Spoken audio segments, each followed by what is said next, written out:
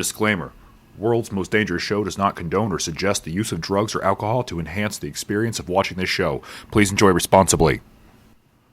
It's the World's Most Dangerous Show with Kin Synthrock, special guests Thomas Shinji, and Thad McKraken. Dangerous Show.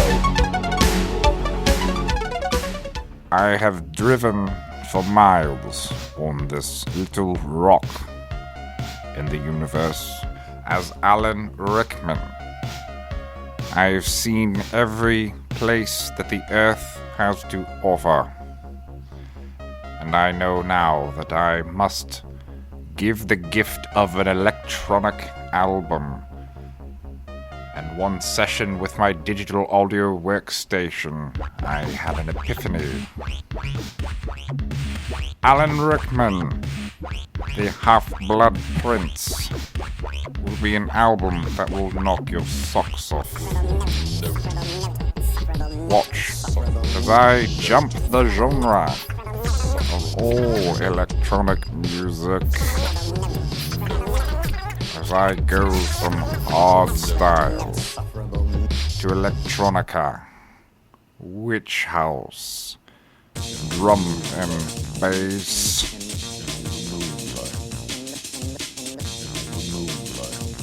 the Half-Blood Prince will feature the most explosive sounds that the electronic music world could ever offer. 394.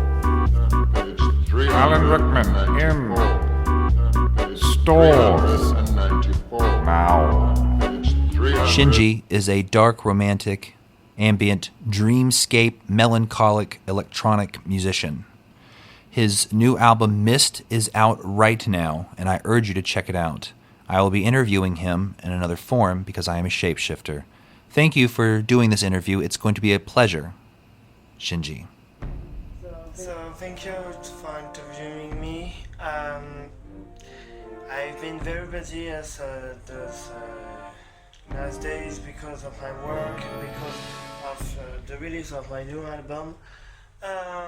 But I'm very happy, and it's a pleasure for me to take the time to answer to your questions and to talk a bit about my music for people who like it and who listen to it. So thank you. You prefer to produce dark music. Do you sleep in the dark? And are you afraid of the dark?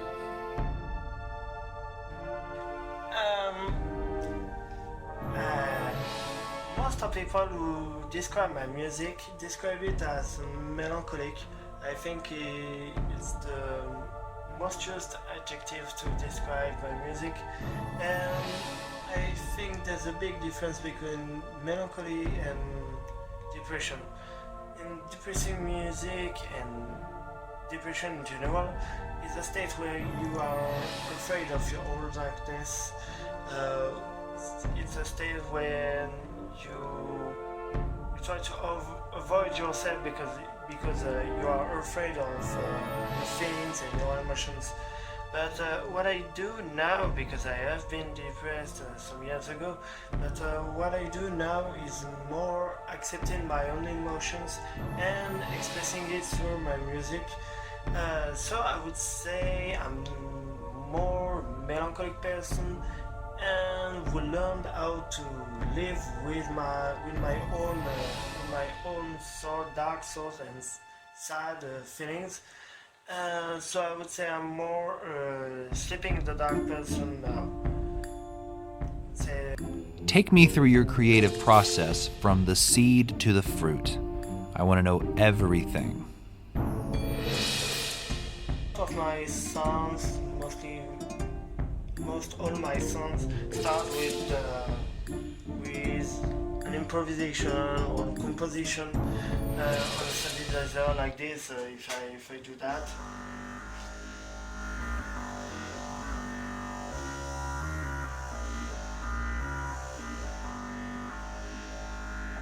If I do that, I will record this and I will build a whole structure and a whole sound all around this small melody. And I build all my songs like this because when I do this kind of improvisation, I do it in a certain mood, a major mood, and I want to keep it all over the song to build a real structure, showing all the complexity of the mood I have when I compose this small melody.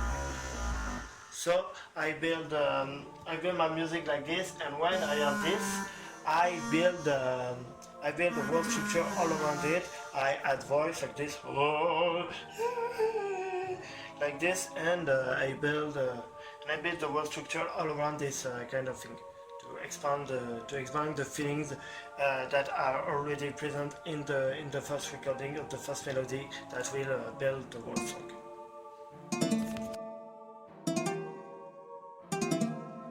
What martial art would you use to defeat crimes? Smell. Crimes. I think I would use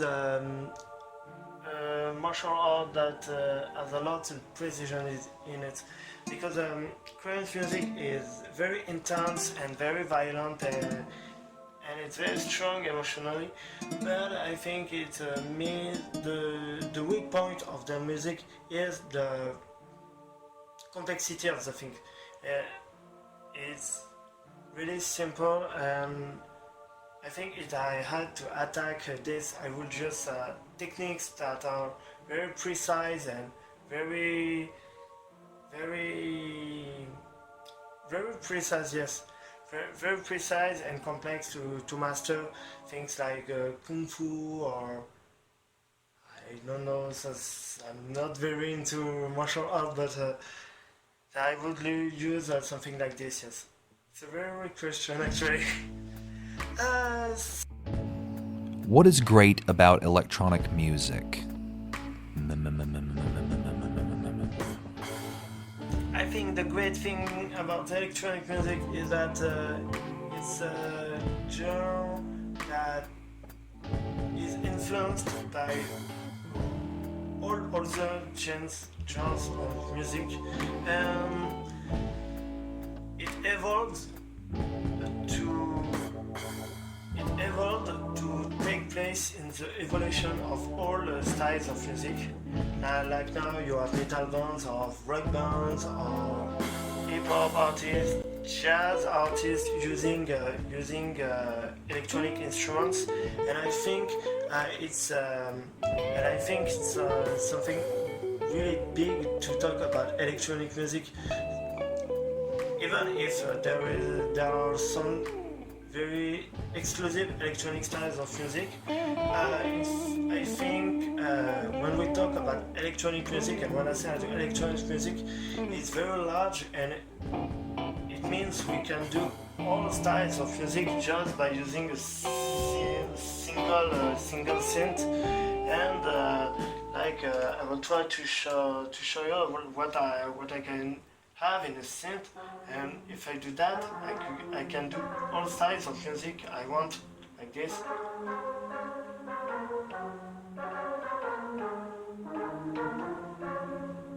And if I use the same sound with different things, I can do something very exclusively electronic, like this.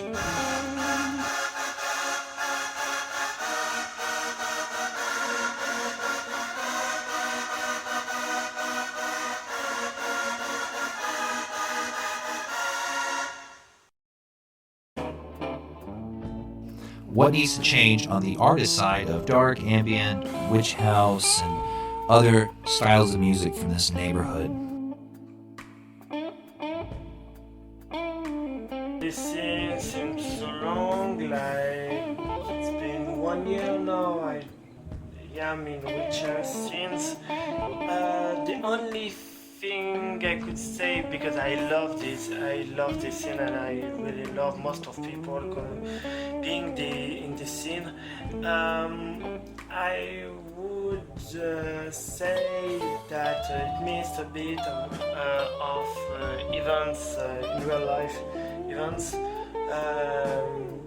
mostly in my country, in France, there is almost no proper reach out events, and I think it's really missed in the scene because there are a lot of artists and a lot of artists who would like to produce live and to express what they have to express live in front of an audience, and I think that that is the only things that would change in the dark ambient reach out music.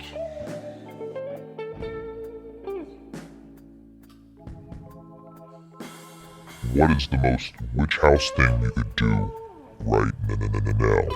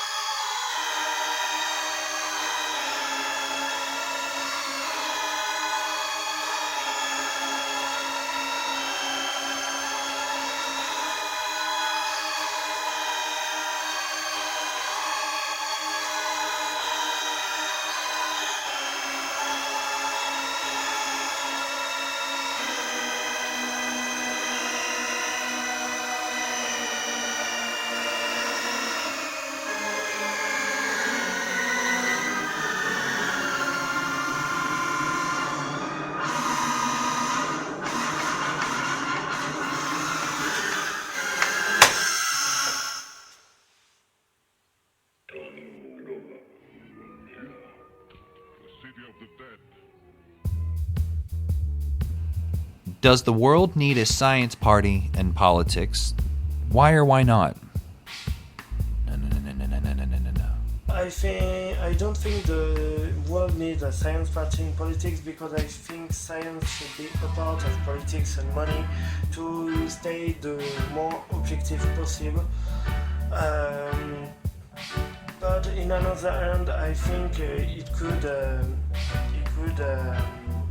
give a light on real science and what science really is, instead of just people reading and believing people saying pointless things about science on the internet. And I think a science party and science being exposed in politics and public life could be involving people in science and make them being less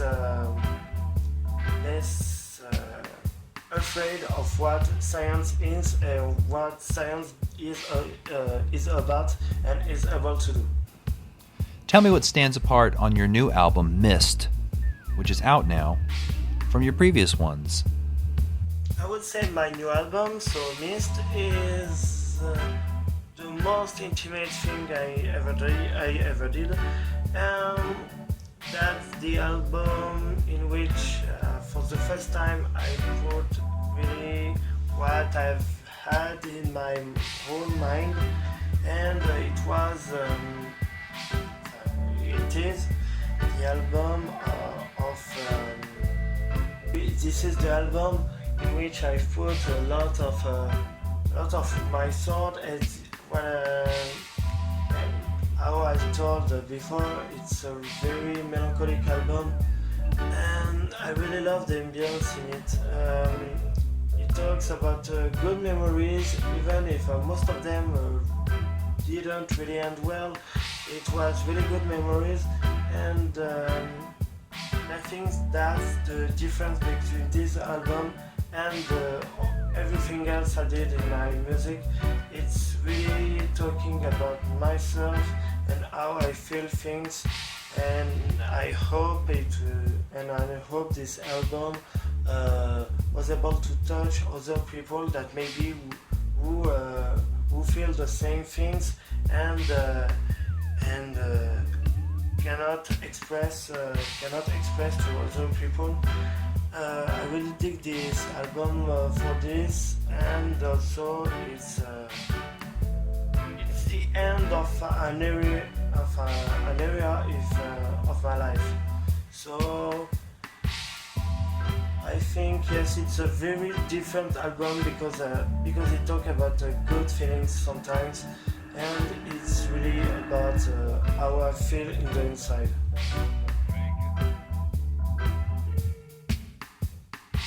Thank you, Shinji. It's been sincerely a pleasure. In a world where technology reigns supreme, only video game consoles can do battle. Console Wars! Yes, it's time for another Console Wars, where we pit the SNES, the Super Nintendo, the Japanese role-playing gamers' console of choice versus the Sony PlayStation.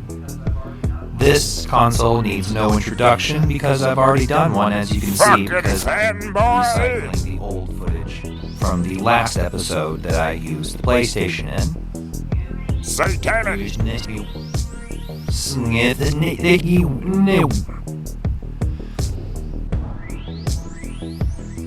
Oh, come on, get to the fucking point. Low pitch bullshit. I want to see fucking Synthwave shit. Understand me? I want to see the same old thing over and over again, goddamn. 16 bits. Come on now. Fine. Put in Korean because Taekwondo is in fact a Korean martial art. It primarily uses kicking techniques, although there are punches and strikes with the hands and elbows and da-da-da-da-da. But the style is mainly known for very fast and powerful kicks, and focus mainly on it.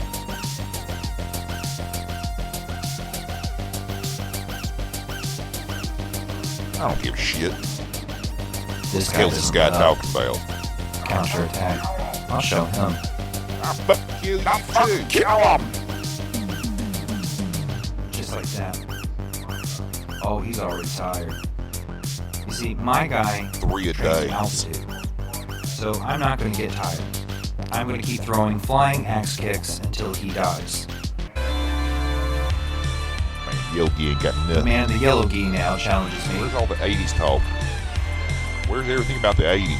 This I game ain't was in lived the tournament 80s. format, Tell me. and I I believe want to there's know a more and versus. more about stuff. Really, I haven't been able to go really far too into the game because of the language barrier. Come on, get and to really, the fucking point. it's Rambling not a lot of motherfucker. things. I want to get it. And really, there's not a lot of detail Why that I not really care to get get into it? into. The game was Fucking really fun coward. to play anyways on its own. It's really fun. Speaking of kicking, Speaking of kicking, how we now good get are into they? K1. Grand Prix. K1 in the 2000s and late 90s was the most dynamic, well, one of the most dynamic martial art tournaments, martial art events in the world at the time. Grand Prix, K1 Grand Prix. PlayStation had a lot of these games, and PlayStation 2 had a lot of these games with Pride, Back K1, when men were there was some UFC men. games too. They just weren't up to snuff at the time like these were. Of course, I chose Ernesto Hoost I'm not because Maurice. I'm not an idiot. Train Frank Shane. I love Dutch kickboxers when I play these games, and mainly because I just like using my Ernesto Hoost, This don't have shit. very to do famous with 80s. kickboxer who Where's represents my the outrun? hard Dutch kickboxing Where's style. my 16 A lot of babies? turning on the hips over Where's my really freaking hard, low? turning the foot all the way over, and just kicking with your entire soul on people's legs. I won because I'm Ernesto Hoost, and he doesn't lose against chumps. I don't want to see this shit. This game's pretty fun once you get used to the controls. It's really awkward at first, but then you can get used to it. As you can see, I didn't get used to it because then I got knocked down. As you see, I got knocked. That As sounds you can just see, I like got knocked 10 down, and Synthrock. I win again. There's nothing's gonna stop us. Nothing's gonna stop us now. Most people don't know shit about boxing.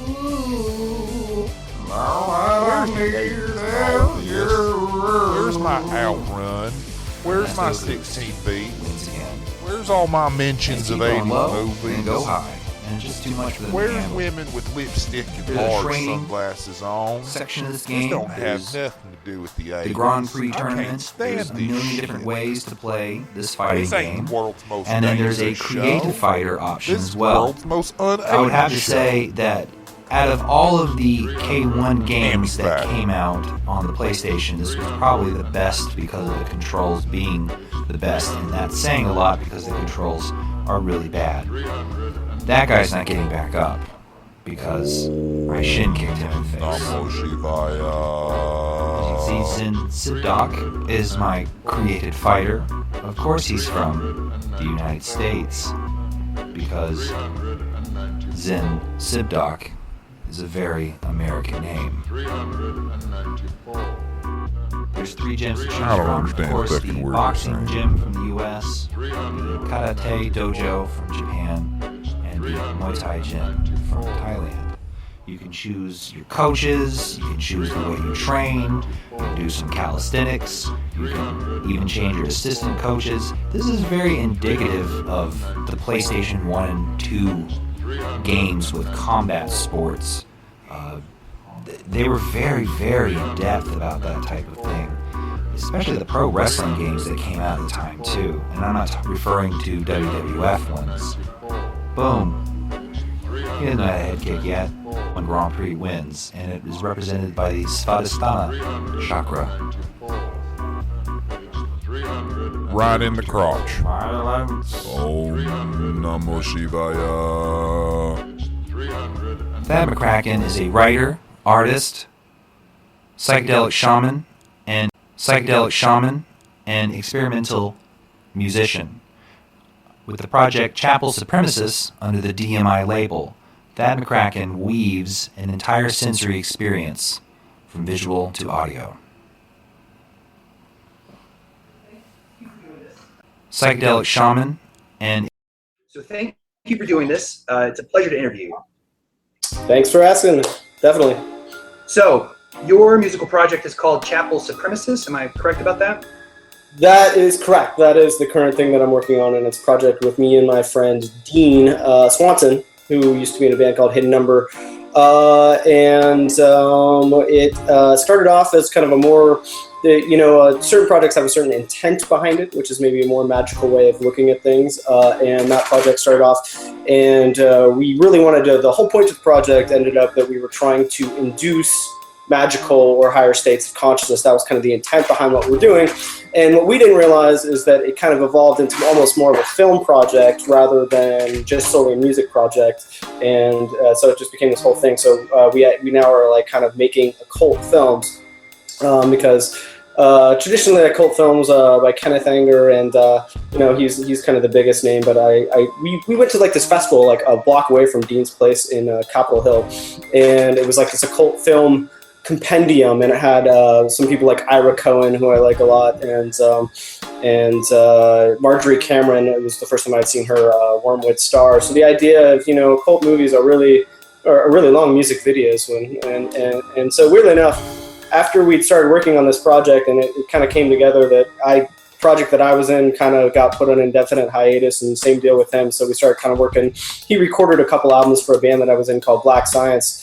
So we started doing this. We went to this thing about occult films, and then less than a year later, we ended up actually making an entire occult film. You can watch most of it on DMI TV on YouTube, and you can probably put a link in there. And it's divided into 2 pieces, but we've actually since combined it into one 38-minute super trippy film that's designed to fuck with your head. So yeah, that's what I'm currently working on right now. Nice. Yeah, I mean, it would make sense anyways. Most esoteric ritual shamanic practices, I mean, they're usually but they're very sensual. They're layered in different senses to kind of, envelop the person into a altered state, I guess you could say. So yeah, it would be very logical that you would move on to other mediums as well, or medias as well. Yeah, I think music is really the first thing that I started doing. I mean, way before I ever started playing around with like psychedelic drugs or chaos magic, or I guess maybe I'd been playing around with astral projection before that, but it was really just the process of making music that really was really weird. Honestly, and I've experimented with a lot of other, I think there's something to music that isn't in like a more pop format and sometimes doesn't have vocals that kind of takes you out of the linguistic programming, because, pop hooks and whatnot are going to kind of, wrap you up into a more linguistic way of thinking about things. So Chapel Supremesus, it's trying a long, more drawn out format, but exactly what you're saying is, there's a lot of bands that make long, trippy psychedelic music. We were, on purpose trying to do it to induce, magical states of consciousness. So that's, one difference in what we're doing for sure. To paraphrase, essentially, a stance of yours is that the psychedelic experience has the potential to supersede religion and render it obsolete. Yes. So is your music one of those said psychedelic experiences, and would you think it would have the potential to, in fact, render religion useless? I render it useless might be a hard-ass way of saying that, and I use those kind of terms to talk shit because let's face it, shamanic cultures have been beaten into a corner, in our society. I mean, psychedelic drugs are technically illegal, and weed being legalized is a pretty big thing that I don't think enough people are talking about in like kind of a civil rights context. It's the first step in a wall of our culture has restricted the uses of psychedelic drugs. It's been a big thing. So, but it's definitely the potential to destroy religion. I think there's some basic scientific truths. Like psychedelic drugs haven't been studied. So when you're talking about it, you can argue against the potentiality if you want, but you have to at least conclude that we've never actually studied that. It's just starting to happen. And the preliminary research that we're showing is, one of the first studies into psilocybin, and this is what I experienced as a young man, is they took people that were raised in a more Christian context and they gave them the psychedelic drugs, and all of them reported having a very profound spiritual experience, some like one of the most profound spiritual experiences that they've had in their life. And so this is an entire area of science that involves the potentiality of the human imagination in my mind, and it's more, we forget how this culture of thousands of years of, not necessarily thousands of years now, but, a good 1,000 years of, we committed genocide against shamanic cultures, and we behave as if these religions have nothing to say, or these spiritual practices. We behave as if it's crazy. And yet simultaneously, we're so superstitious and we're so set in that belief that we've never actually studied this stuff. And so I definitely think that if psychedelic drugs were legal, then people like me, per se, like right now, I can't just go out and start a mushroom church. I can't just go start a religion. I can in Seattle, where I live. I can't start a pot church, and this is something that I want to work on because I use pot meditation pretty heavily in my practice.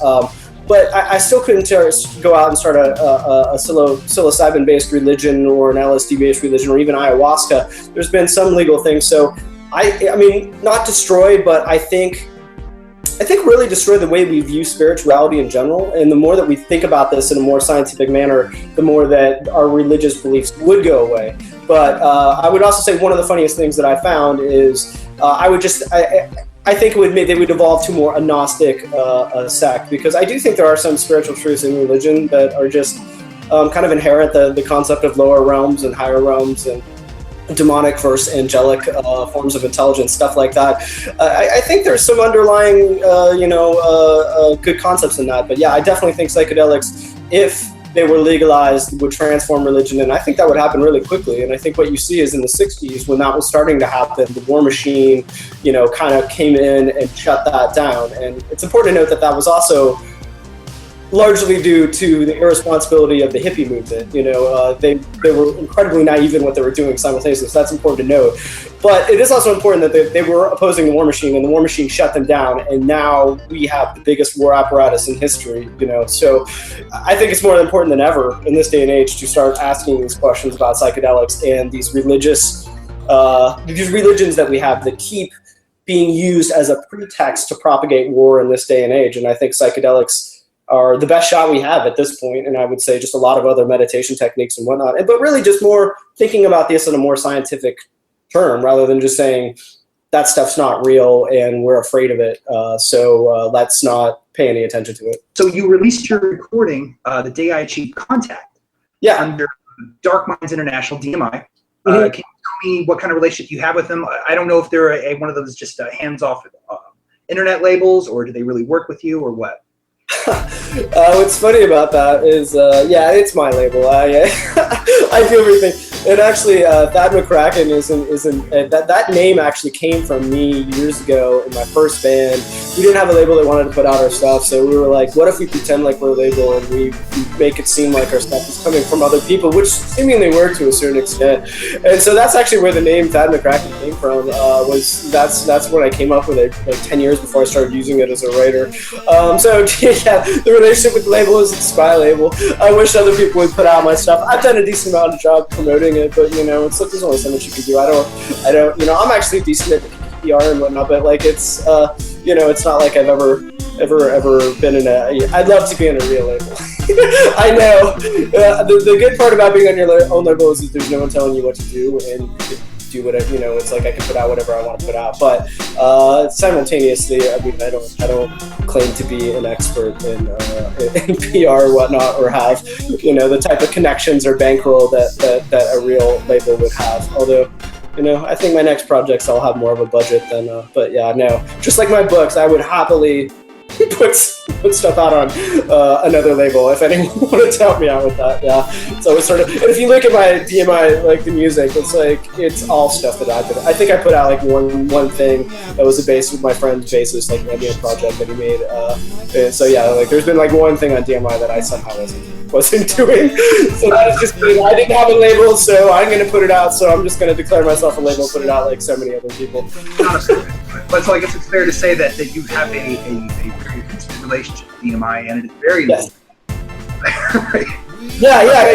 Weirdly, no, God, it's weird. DMI, that started like more than 10 years ago with my first band, the Nemesis Theory. And as I said, when we put out our second album, we tried to shop the labels, no one was interested, so we tried to make it seem like it was coming from someone outside of us, and it started off as Dark Matter International, and then there was like, or Dark Matter Industries, and then there was like instant, like I took that name, and then there was like 10 other people that had it like within like the year, even like legitimate businesses. So and so I changed it to Dark Mind. I could go into the concept of Dark Mind anyways. It has to do with, it's like dark matter, but the hidden stuff that's influencing psychology. And then I noticed that I was getting way more hits outside of America than I ever did in America. So yeah, and I still have gotten way more traffic with my music outside of America than in America. So I changed it to Dark Matter International, especially with the internet and that. So yeah, so it's DMI now, and it's supposed to be a parody of a corporation too, because I've worked for shitty corporations, unfortunately. So there's like a kind of like there's like a corporate parody in what I'm doing that maybe You'd have to read some of the press releases. I wrote some pretty preposterous stuff for press releases for bands, which again probably got me way more press than I ever should have gotten. DMI can sound like a corporation. That sounds like a public. Yeah, there are a bunch of corporations called DMI. Yeah, that's the point. It's supposed to just sound like some dumb corporation. That's here at DMI. I have a guitar. Yeah. And a mandolin, but the strings broke right before this interview. So let's do a quick jam session, and then we'll move on to the next question. All right, I'm gonna let I can't like guarantee I'm in any kind of a key or anything. This thing has been sitting here for a while, not untuned, but I can try and jam with you. Do you just want me to start playing something, or just lay something down?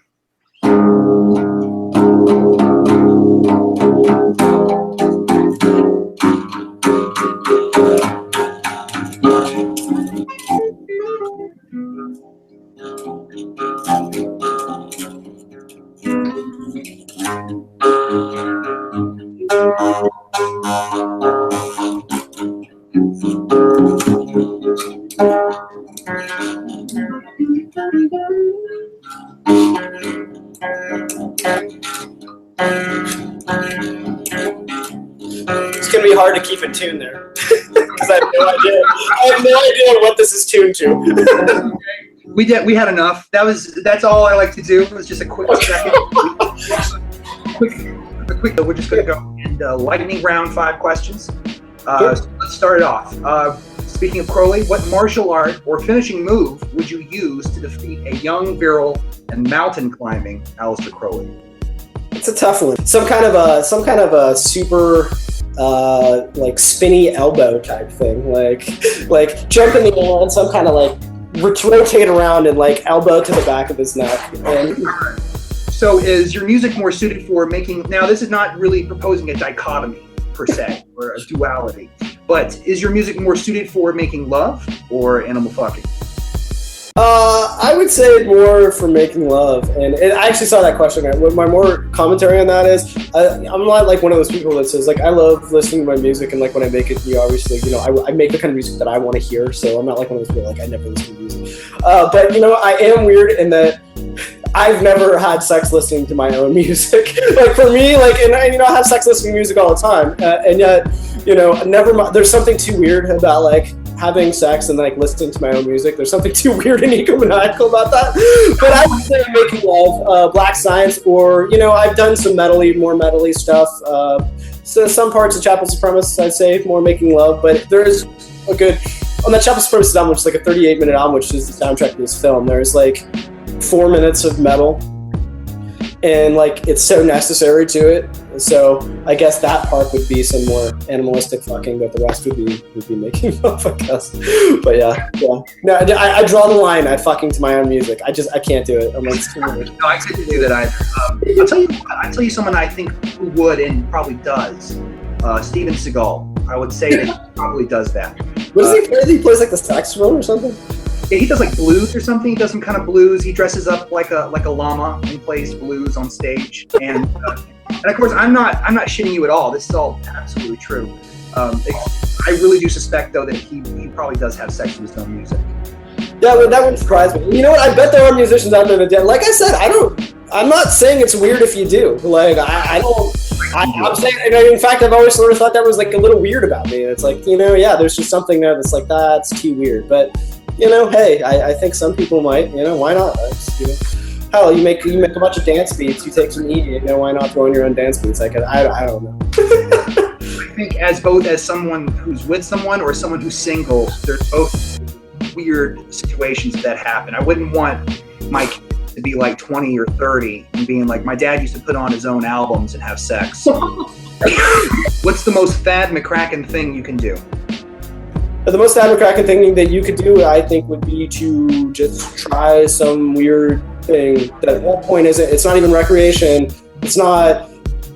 The point is to fuck with your own head and have some kind of a weird spiritual experience. And there's lots of different techniques that I'd happily recommend, because there's a part of me that's like, you fucking try it, I get tired of sounding like I'm crazy, It's like, you try it. Like again, it's like none of the stuff that I tried was really stuff that I didn't, it was all suggested by other people in books that I've read. So back in time to 1984 with, that's one option. Okay. Eat psychoactive mushrooms with, that's two options, or collaborate with. And we have A, Robert Anton Wilson, B, Grant Morrison, and C, Morrissey. Morrissey, okay. Yeah, it's actually pretty easy. I would want to go back to 1985 with Morrissey, because he was probably getting tons of chicks back then, and I could probably just hang out and latch on. Truth, I didn't actually know that much about Morrissey. Like, I'm aware of him. I know the Smiths. I know some of his songs, but like, I know he's very vegan. But so he's like the person. Yes, I'd go back to 85. That's when he was biggest. I guess I'd hang out. I can't say I'm really that huge of a Morrissey fan or know that much about him. I don't dislike him anyway. It's just, there's a lot of musicians. Eat mushrooms with, I'd probably go Robert Anton Wilson, just because, he's a hippie legend. Why not? That would be interesting. We'd see if we could, that was mescaline where I saw Muscalero. See if we could accept,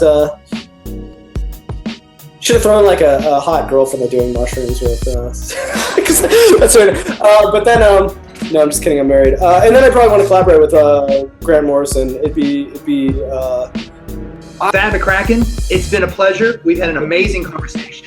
I can't wait to do this on the show. I can't wait for everyone to see this. Is there any plugs you want to make? As I said, my book is out, The Galactic Dialogue, Occult Initiations. You can buy it on Amazon. It's really $2.99 download if you want to check it out. If you want to hear about things like me talking to extraterrestrial forms of intelligence, there's even some band stuff in there. It's the story of how I got in the occult, and at that time I was playing in my more punk metal-y project, and it's some stories about how that broke up. So yeah, no, some hilarious kind of Spinal Tap stories. So yeah, no, it's really good. Check it out.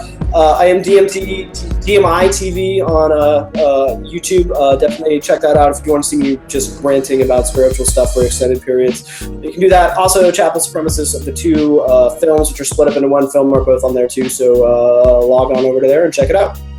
And we can also read your articles in Disinfo. Disinfo.com, yeah. And if you are ever bored, and you can go to disinfo.com and search Thad McKraken, and like a gajillion things will come up, and that could entertain you if you like my stuff for ages. So one thing I had to say, yeah, disinfo.com. If you just want to search my name, tons of stuff will come up.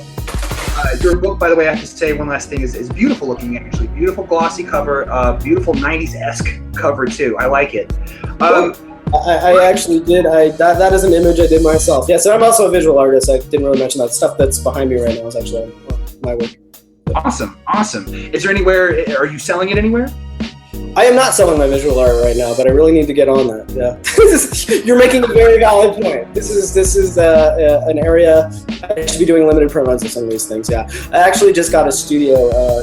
Really weird story. So my wife and I were looking to buy a townhouse. We ended up finding this place that, like, the first floor is essentially like an art gallery. It used to be a hair salon, so you can see some of it behind me. I'm just kind of building my own studio, but yes, I imagine after that's up and running, I am going to actually start trying to hawk more art here. So thanks for pointing that out. Yes, this is something. It's in the works. Give it like another year, and it'll be ready to go. Awesome. It's been a great interview, and yeah, great talking, man. Whenever you get another musical project, we'll be hearing from you soon again from that, and hope to talk to you soon again. Yeah, man, good. It was great, and thanks for asking me, and thanks for having me on. Please check the description box below to see all the links associated with all of the Thank you so much, everyone, for watching. I hope you were entertained. Please go to the description box below to see all of the details and contact information for any of the artists that were featured in this show, including the music that was so generously and kindly donated from artists around the world.